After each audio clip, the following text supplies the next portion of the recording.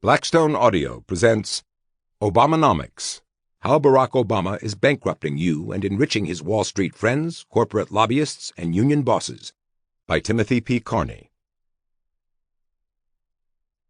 The dedication reads, To my old boss, Bob Novak, his country's good servant, and God's first.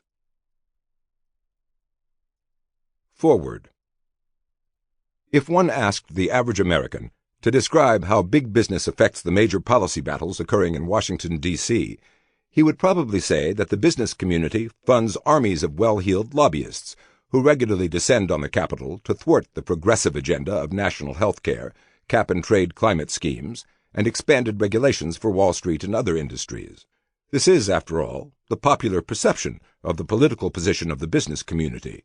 It is also mistaken.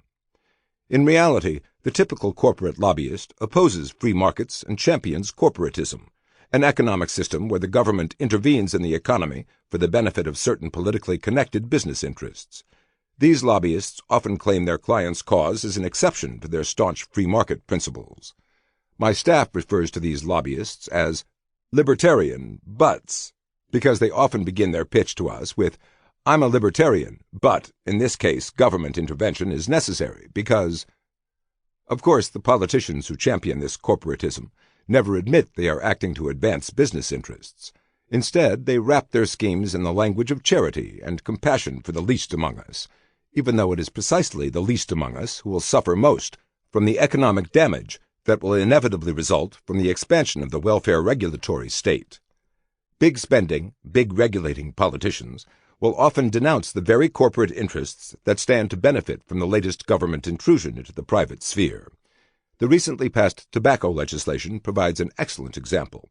Lobbyists for the largest tobacco company helped draft the bill and supported it because it largely protected the interests of the industry giant while harming the small tobacco companies that can't afford to spend thousands of dollars on lobbyists.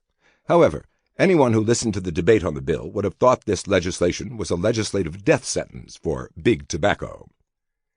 The myth that big business is a friend of freedom confuses the liberty movement as to just what is the major threat to economic liberty.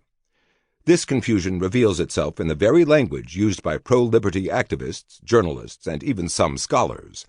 How many times do we hear defenders of the market describe their enemy as socialism? Yet there is no substantial political constituency for socialism, a system where government directly owns and operates business. Instead, the real threat to the free market is corporatism. Exposing the ways big business has worked to undermine liberty. Sample complete. Ready to continue?